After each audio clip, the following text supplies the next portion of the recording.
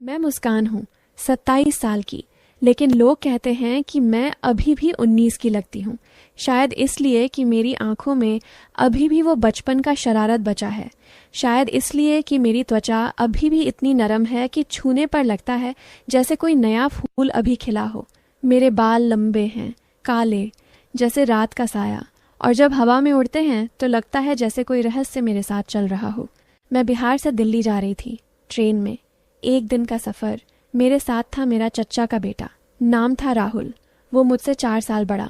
हम दोनों कभी कभी मिलते थे, लेकिन कभी इतनी दूर, इतने अकेले नहीं।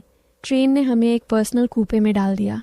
वो छोटा सा रूम जिसमें सिर्फ 2 बर्थ, एक ऊपर एक नीचे, और बीच में एक पतला पर्दा जो हवा में थोड़ा थोड़ा हिलता रहता था, जैसे कोई राज छुपा रहा हो। मैंने अपना बैग रखा, वो अपना। फिर हमने चाय मंगाई। चाय की भाप में हमारी बातें शुरू हुईं। वो बोला, मुस्कान, तुम्हें याद है जब हम छोटे थे तुम हमेशा मेरे पीछे पीछे दौड़ती थी। मैंने हंसी। हाँ, और तुम हमेशा मुझे चिढ़ाते थे। वो मुस्कुराया। अब नहीं चिढ़ाता। मैंने उसकी आंखों में देखा। वो सच बोल रहा था। रात हो गई। ट्रेन की रिदम में सब कुछ धीमा हो गया।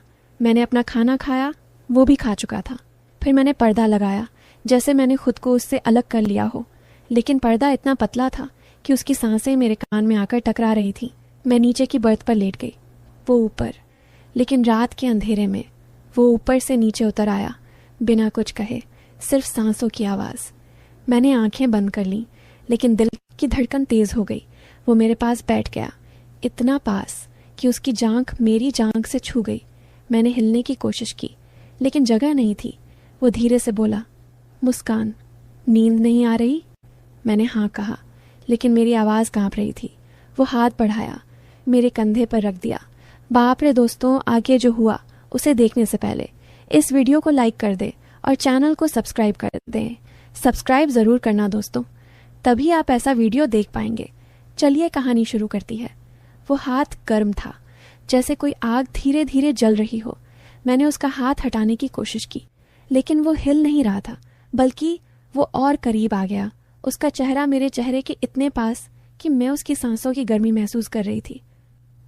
आंखें खोली, वो मुझे देख रहा था, आंखों में वो चमक जो कभी नहीं देखी थी। मैंने कहा, राहुल, ये क्या कर रहे हो? वो मुस्कुराया, कुछ नहीं, बस तुम्हें देख रहा हूँ। उसकी उंगलियां मेरे बालों में फिसल गईं, धीरे धीरे, जैसे कोई धागा सुलझा रहा हो। मैंने सांस रोकी। दिल इतनी तेज धड़क रहा था कि लग रहा था वो सुन लेगा। वो और करीब आया। अब उसका सीना मेरे सीने से लगभग छू रहा था। मैंने पीछे हटने की कोशिश की, लेकिन दीवार थी। वो मेरे गाल पर हाथ फेरा, उंगलियां इतनी नरम कि मुझे लगा जैसे कोई रेशम का कपड़ा हो। मैंने आंखें बंद कर ली। अब वो मेरे पास था, सांसें मिल रही थी, गर्म, नम। मैंने सोचा, अब तो बचना मुश्किल है, लेकिन वो रुका, बस रुका। फिर बोला, मैं तुम्हें कभी नहीं छूना चाहता जब तक तुम न कहो। मैंने आंखें खोली। वो पीछे हट गया, लेकिन उसकी उंगलियां अभी भी मेरे बालों में थीं। मैंने कहा, तुम्हें पता है मैं डर रही हूँ। वो हंसा, धीरे से। डरने की क्या बात है, मैं तो तुम्हारा ही हूँ। उसने मेरे कंधे पर सिर रख दिया, जैसे कोई बच्चा, लेकिन उसकी सांसें अभी भी गर्म थीं। मैंने हाथ उठाया, उसके बालों में उंगलियां डालीं। वो सिहर गया। मैंने कहा, राहुल, ये गलत है। वो बोला, गलत क्या है?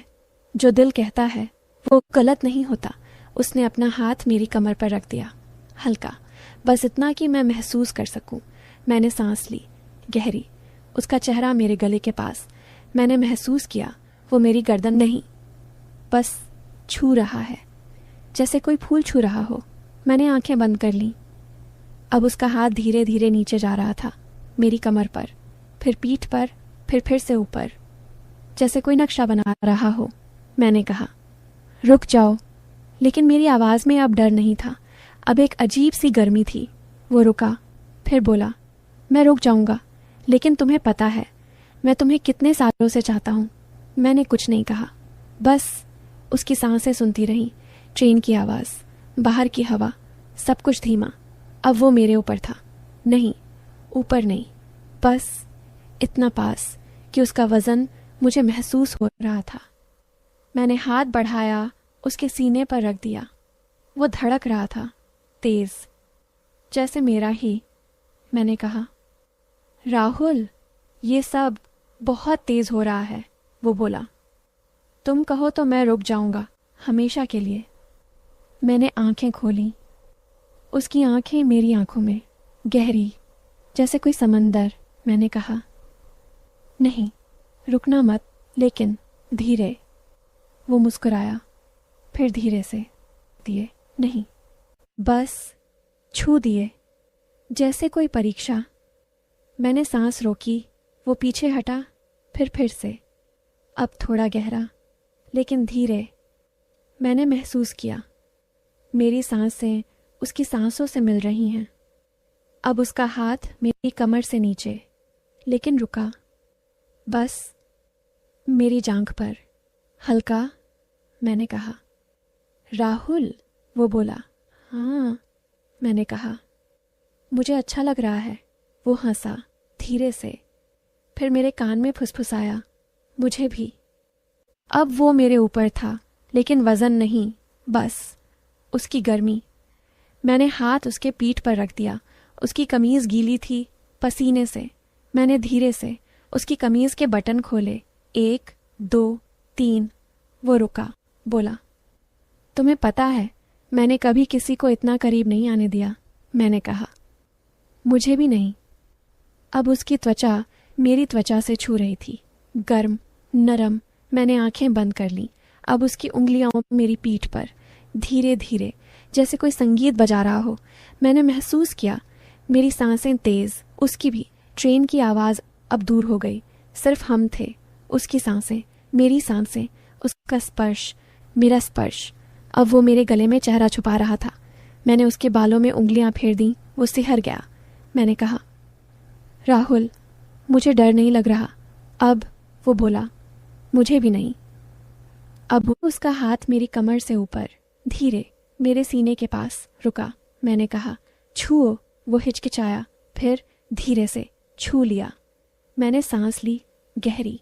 वो बोला, मुस्कान, तुम कितनी नरम हो। मैंने हंसी, तुम भी। अब सब धीमा धीमा, जैसे समय रुक गया हो। ट्रेन चल रही थी, लेकिन हम नहीं। हम बस एक दूसरे में खो गए थे। अब उसकी उंगलियां मेरी कमर पर, फिर नीचे, फिर ऊपर, जैसे कोई लहर। मैंने कहा, राहुल, और करीब आओ। वो आया। अब हम दोनों एक ही बिस्तर पर, एक ही सांस में। मैंने महसूस किया उसका दिल मेरे दिल से टकरा रहा था। मैंने कहा, ये रात कभी खत्म न हो। वो बोला, नहीं होगी। अब हम बस लेटे थे, एक दूसरे के करीब, सांसें मिलती हुई, स्पर्श, गर्मी, और वो अजीब सा सुकून जो सिर्फ तब आता है जब कोई तुम्हें इतना चाहता है कि वो खुद को रोक नहीं पाता, लेकिन फिर भी रुक जाता है क्योंकि वो तुम्हें चाहता है, सिर्फ तुम्हें। फिर वो रुका, मेरी आंखों में देखा, बोला, मुस्कान, तुम्हें पता है, मैंने सपने में भी तुम्हें ऐसे ही देखा है। मैंने पूछा, कैसे? वो बोला, बस ऐसे, तुम्हारे बाल मेरे हाथों में, तुम्हारी सांसें मेरी गर्दन पर, और तुम्हारा स्पर्श जो मुझे जगा देता है। मैंने हंसी। तो आज सपना सच हो गया? वो बोला, नहीं, आज सपना से भी बेहतर है क्योंकि तुम सच में मेरे पास हो। मैंने उसकी छाती पर सिर रख दिया। उसकी धड़कन सुनती रही। वो मेरे बालों में उंगलियां फेर रहा था, धीरे धीरे, जैसे कोई गीत गुनगुना रहा हो। मैंने कहा, राहुल, मुझे लगता है मैं तुम्हें सालों से जानती हूँ। वो बोला, तुम जानती भी हो? बस मैंने कभी कहने की हिम्मत नहीं की। मैंने उंगली से उसकी त्वचा पर गोला बनाया। वो सिहर गया, बोला, मुस्कान, तुम्हारा स्पर्श जैसे बिजली हो। मैंने कहा, तुम्हारा भी। अब मैं उसके ऊपर थी। धीरे से वो सांस रोक कर रह गया। मैंने धीरे धीरे उसके कंधे पर, फिर सीने पर, फिर नीचे, बस छूती रही। वो मेरी कमर पकड़ रहा था, जैसे डर रहा हो कि मैं कहीं चली न जाऊं। मैंने कहा, मैं कहीं नहीं जा रही। वो बोला, पता है, लेकिन फिर भी डर लगता है। अब ये किस्से गहरे थे, धीमे, जैसे कोई लहर जो बार बार आती है और वापस जाती है। मैंने महसूस किया उसका हाथ मेरी पीठ पर, फिर कमर पर, फिर जांघ पर, लेकिन वो रुकता रहा हर बार, जैसे मुझे पूछ रहा हो। मैंने कहा, रुकना मत। वो बोला, मैं नहीं रुकूंगा, लेकिन तुम्हें दर्द नहीं होना चाहिए। मैंने हंसी, दर्द नहीं होगा, अब हम दोनों एक दूसरे में, जैसे कोई पिघलते हुए रंग। मैंने उसकी कमर पर हाथ फेरा, धीरे, हल्के, जैसे कोई सपना छू रहा हो। मैंने सांस ली, गहरी। वो बोला, मुस्कान, तुम्हारी त्वचा इतनी गर्म है। मैंने कहा, तुम्हारी वजह से। अब वो मेरे कानों में फुसफुसा रहा था। मैं तुम्हें हमेशा चाहता हूँ, मैंने कहा। मुझे भी। अब हम बस एक दूसरे के स्पर्श में खो गए थे। ट्रेन की आवाज़, बाहर की हवा, सब दूर, सिर्फ हमारी सांसें, हमारे स्पर्श, हमारी गर्मी। अब वो मेरे बालों में चेहरा छुपा रहा था। मैंने उसके कंधे पर सिर रख दिया। वो मेरी कमर से लिपट गया जैसे कोई बच्चा, लेकिन उसकी सांसें अभी भी तेज थीं। मैंने कहा, राहुल, ये रात हमारी है। वो बोला, हाँ, हमारी। अब हम बस लेटे थे, एक दूसरे के करीब, सांसें मिलती हुई, स्पर्श, गर्मी और वो अजीब सा सुकून जो सिर्फ तब आता है जब कोई तुम्हें इतना चाहता है कि वो खुद को रोक नहीं पाता, लेकिन फिर भी रुक जाता है क्योंकि वो तुम्हें चाहता है, सिर्फ तुम्हें। फिर सुबह हुई, ट्रेन दिल्ली पहुंच गई। हमने पर्दा खोला, एक दूसरे को देखा, मुस्कुराए। मैंने कहा, राहुल, कल रात। वो बोला, कल रात हमारी थी। मैंने हाथ पकड़ा, उसने दबाया, हम उतरे, लेकिन वो स्पर्श, वो गर्मी, वो सांसें अभी भी मेरे साथ थीं। मैं जानती हूँ ये सफ़र ख़त्म नहीं हुआ, बस शुरू हुआ।